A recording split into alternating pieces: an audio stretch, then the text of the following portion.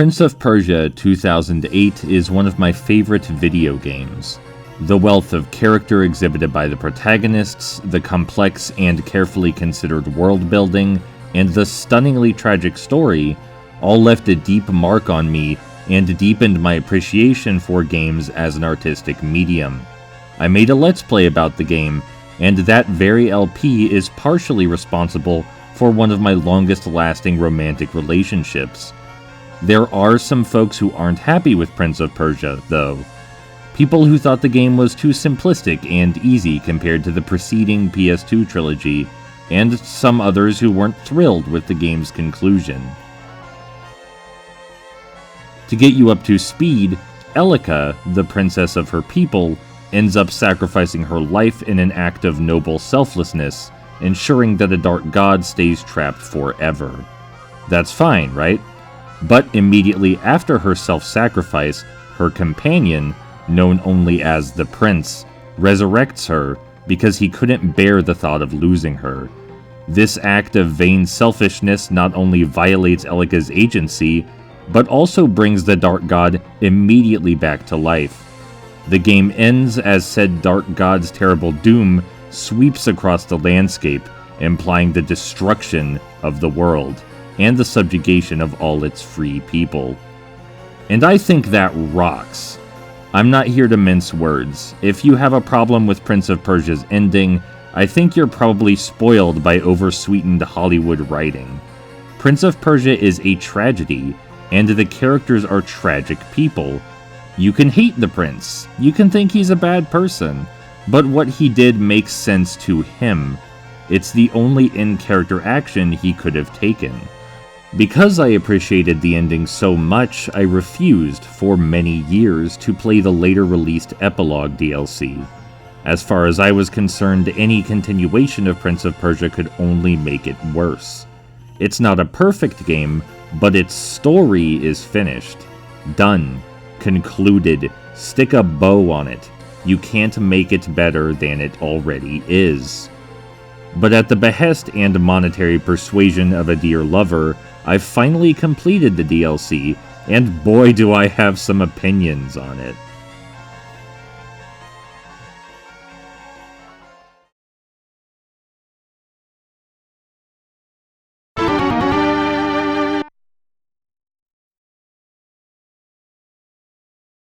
So, let's get started. The epilogue doesn't retcon what happened, and it doesn't drill in the hopelessness of the situation either. It's wishy-washy and fails to commit to anything. On top of that, the environment is extraordinarily boring, both to look at and to hear about. There's maybe one paragraph of information about the new setting, and it doesn't make sense.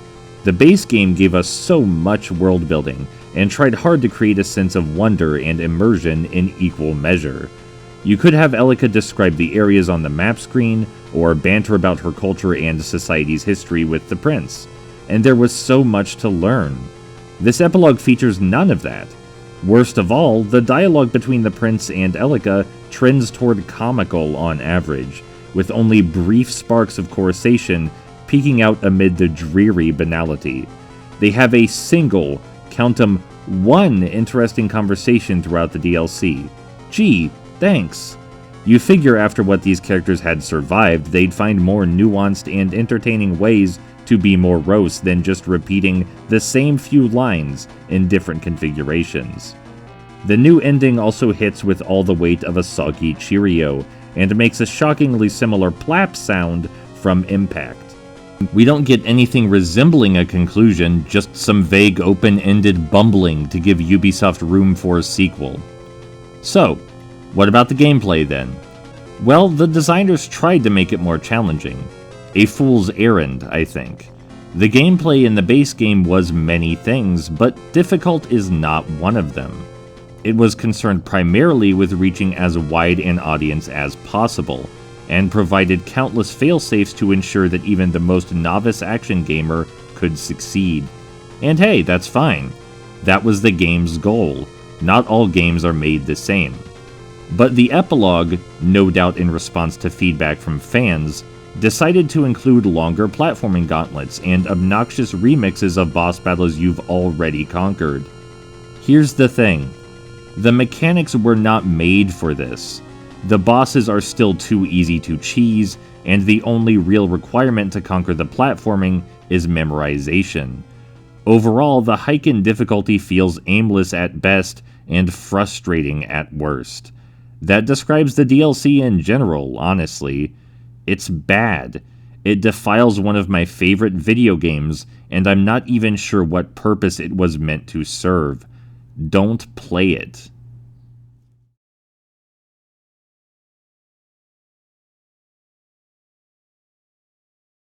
Hey, you made it. We're at the end of the video. Did you know that if you pledge to my Patreon, I'll make a video essay about your favorite media? It's true. Or you can just offer general support there, too. Speaking of that, I already have many wonderful supporters, and I'm going to list them for you now. My wonderful supporters are Ipompus, Anonymous, Jay, Marth Sinclair, Call Me Haley, Sam Anderson, Some Call Me Anto, Wapoza, and Torches. A link to the Patreon is in the description. Thank you all so much for your time and thoughts, and I'll talk to you in the next video.